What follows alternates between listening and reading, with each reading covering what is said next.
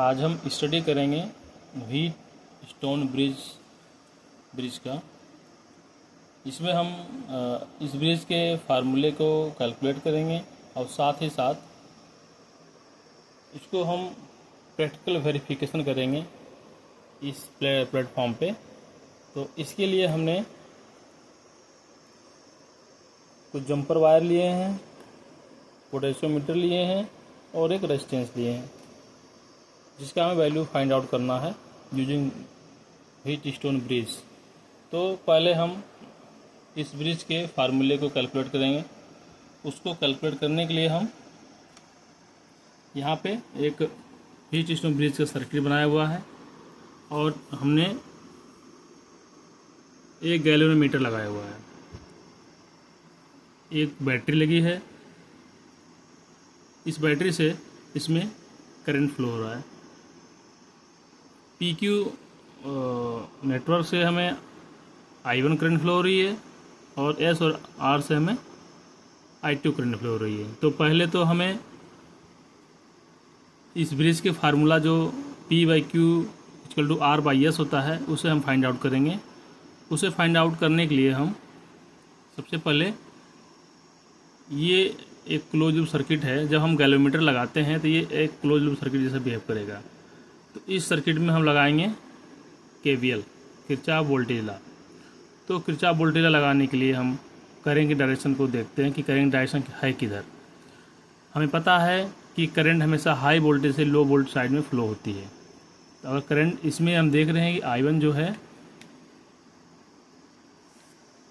Current direction इसमें देख रहे हैं, I1 करंट डायरेक्शन में देख रहे हैं, तो इसमें डायरेक्शन के हिसाब से यहाँ पे प्लस और यहाँ पे माइनस होएगा।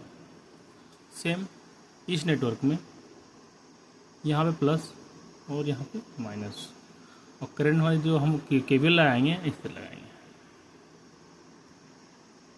ठीक, तो अब क्या करेंगे, हम ये जानते हैं कि किसी भी नेटवर्क में सारे वोल्टेज के जो सम होता है 0 होता है।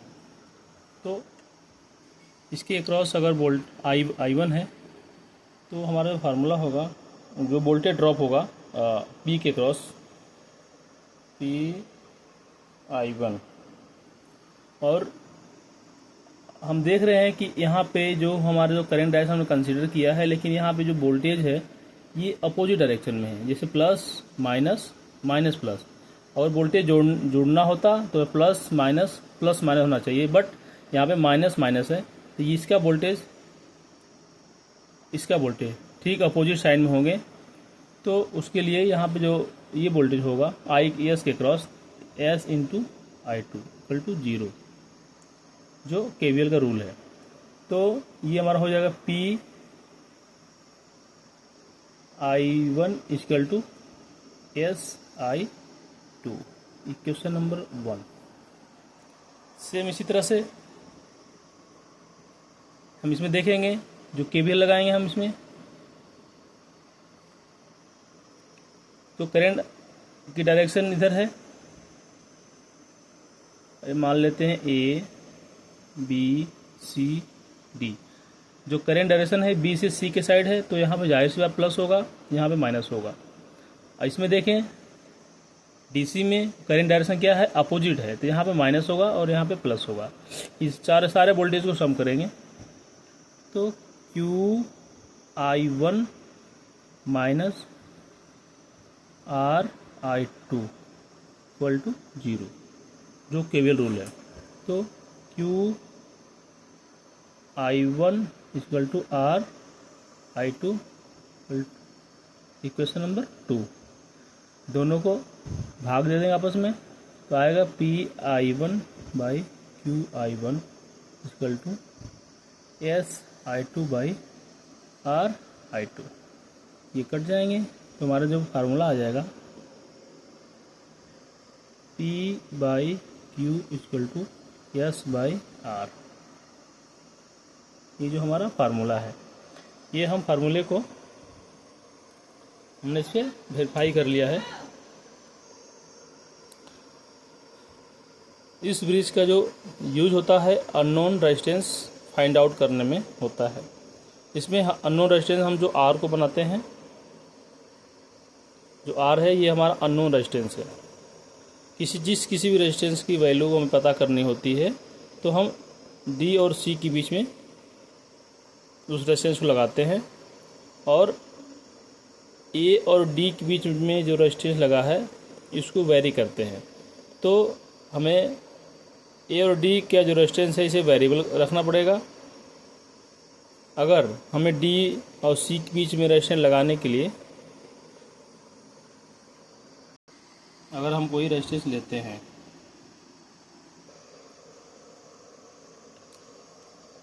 इसमें हम ये देखते हैं कि जो इसका रेशियो P बाई Q का वो रेशियो एस और आर के रेशियो के बराबर होना चाहिए, तभी ये ब्रिज हमारा बैलेंस होगा। अगर ब्रिज बैलेंस होगा तो गैल्वेनोमीटर में जो वोल्टेज का डिफ्लेक्शन आएगा 0 आएगा। अगर ब्रिज अनबैलेंस हुआ तो इसमें डिफ्लेक्शन शो करेगा, या तो लेफ्ट में उससे निकल जाएगी या तो राइट में निकल जाएगी। तो इसी गैल्वेनोमीटर को बैलेंस करने के लिए हम क्या करते हैं, इस आर्म को क्या करते हैं वेरिएबल बना देते हैं, ताकि जब हम वेरी करें तो रेशियो P और Q के बराबर हमें मिल जाए, एस आर का रेशियो। नहीं, अगर इस वेरिएबल नहीं करेंगे और यहाँ पर अननोन रेजिस्टेंस लगाएंगे तो ये ब्रिज हम बैलेंस नहीं कर पाएंगे, क्योंकि हमें टारगेट यही है हमारा कि हम P और Q का जो रेशियो है एस और आर के रेशियो के बराबर करना है। तो इसमें अगर अननोन रेजिस्टेंस लगाते हैं तो ए और डी के बीच में वेरिएबल रेजिस्टेंस लगाना पड़ेगा। क्यों? क्योंकि दोनों को रेशियो हमें बराबर करनी है P और Q के। तो इसे हम पहले प्रैक्टिकली देखते हैं कि ये बैलेंस होने पर क्या रिजल्ट देता है और अनबैलेंस होने पर क्या रिजल्ट देता है। हमने गैल्वेनोमीटर के जगह पे हमने एक वोल्टमीटर लिया हुआ है, आप भी वोल्टमीटर ले सकते हैं। वोल्टमीटर में आपको वोल्टेज दिखाएगा, और ब्रिज बैलेंस हो गया तो वोल्टेज 0 दिखाएगा। तो हमने यहाँ पे डिजिटल एक वोल्टमीटर ले लिया है गैल्वेनोमीटर के जगह पे। हमने यहाँ पे अभी 4 रेजिस्टेंस लिए हुए हैं, ये सेम वैल्यू के हैं, सारे 1 किलो ओम के हैं। तो पहले हम देखते हैं कि चारों रेजिस्टेंस बराबर हैं तो हमारा ब्रिज बैलेंस होता है या नहीं। तो उसके लिए हमने यहाँ पे जो हमारा डीसी सोर्स है, इस सोर्स को, ये हमारा डीसी सोर्स है 12 वोल्ट, इसको हम इस आर्म पे कनेक्ट करेंगे।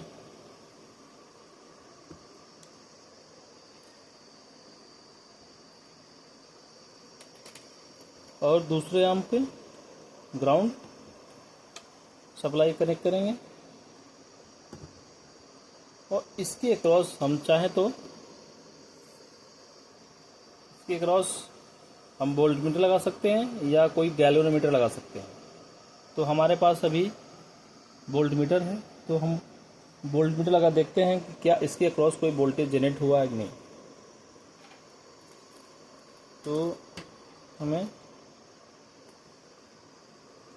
गैल्वेनोमीटर की जगह वोल्टमीटर लगाते हैं, एक टर्मिनल पे, दूसरे टर्मिनल पे हम लगा देते हैं वोल्टमीटर। अभी हम देखेंगे कि हमारी सप्लाई यहाँ पे 12 वोल्ट हमने कनेक्ट कर दिया है, और इसके अक्रॉस जो वोल्टेज आ रहा है 0 आ रहा है। अगर ये ब्रिज अनबैलेंस होगा तो हमारा वोल्टेज इसमें शो करना चालू कर देगा। इसको चेक करने के लिए हमें अगर अनबैलेंस करना चाहते हैं तो ये रेजिस्टेंस है, किसी एक रेजिस्टेंस को हटा दें। जैसे मान लीजिए हमारा अननोन रेजिस्टेंस सपोज दैट, इसको हम डिस्कनेक्ट करते हैं, उसके जगह से हम दूसरा रेजिस्टेंस लगा देते हैं, ताकि ब्रिज अनबैलेंस होने पर क्या रिजल्ट देगा ये हमने लगा दिया। ये हमने दूसरा रेजिस्टेंस लगा दिया। आप देखेंगे जैसे ब्रिज अनबैलेंस हो, यहाँ वोल्टेज जनरेट हो गया, वो वोल्टेज जो है हमारे यहाँ शो कर रहा है। तो हम इस रेजिस्टेंस फाइंड आउट करने के लिए कि कितने वैल्यू का है, इसको पता करने के लिए हमें इस आर्म के रेजिस्टेंस को वेरी करना पड़ेगा। इस आर्म को रेजिस्टेंस वेरी करना पड़ेगा।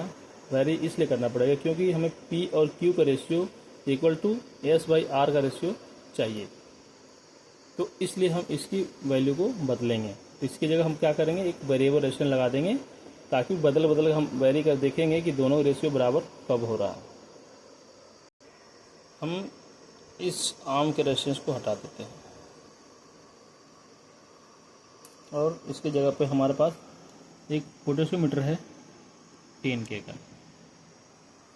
इसको हम यूज में लेंगे। ये एज ए वेरिएबल रेजिस्टेंस काम करेगा।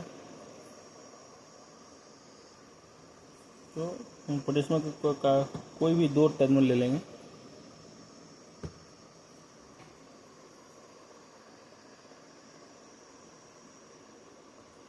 और दूसरा टर्मिनल जो है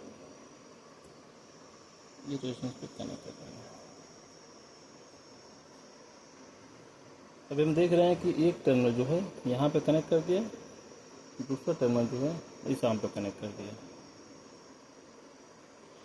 अब हम इसको वेरी करके इस वोल्टेज को जीरो करेंगे। अगर वोल्टेज जीरो हो गया तो ये हमारा ब्रिज जो है बैलेंस हो जाएगा। तो हम इसको वेरी करेंगे, बढ़ रहा है डिक्रीज करेंगे।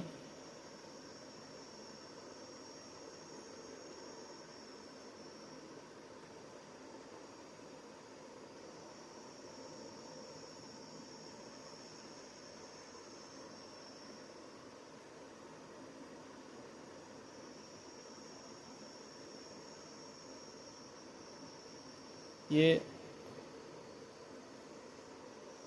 लगभग जीरो है, ये हमारा ब्रिज बैलेंस हो गया।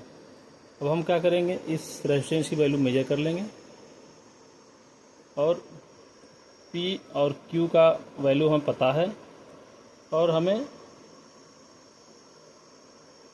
R जो है अननोन रेजिस्टेंस है, इसकी वैल्यू हम फार्मूले से कैलकुलेट करेंगे। तो हम पहले क्या करेंगे, ये वायर्स को यहाँ डिस्कनेक्ट कर देंगे। इस वैल्यू को हम यूजिंग मल्टीमीटर, इस रेजिस्टेंस की वैल्यू को मल्टीमीटर से फाइंड आउट करेंगे कितने वैल्यू का है।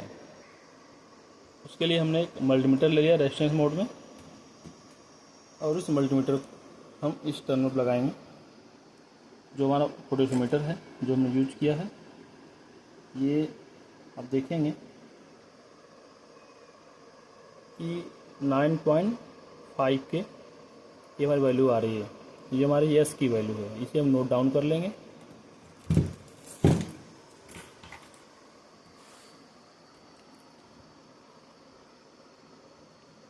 एस की जो वैल्यू है 9.5 के और पी की वैल्यू हमें पता है 1 के, क्यू की वैल्यू पता है 1 के। ये हमारा 1 के पी और 1 के क्यू। तो ये वैल्यू जो है इस फार्मूले में पुट करेंगे पी क्यू की जगह पे। तो 1/1 इक्वल टू एस के वैल्यू 9.5/1 आर। तो जो हम सॉल्व करेंगे तो आर की वैल्यू आएगी 9.5 के। ये हमारी 9.5 आर की वैल्यू आएगी। 9.5 जो है ये हमारा ये अननोन रेजिस्टेंस है। इसको हम मेजर करेंगे और क्रॉस चेक करेंगे हमारा क्या ये कितना वैल्यू का है। तो इसके लिए हम क्या करेंगे,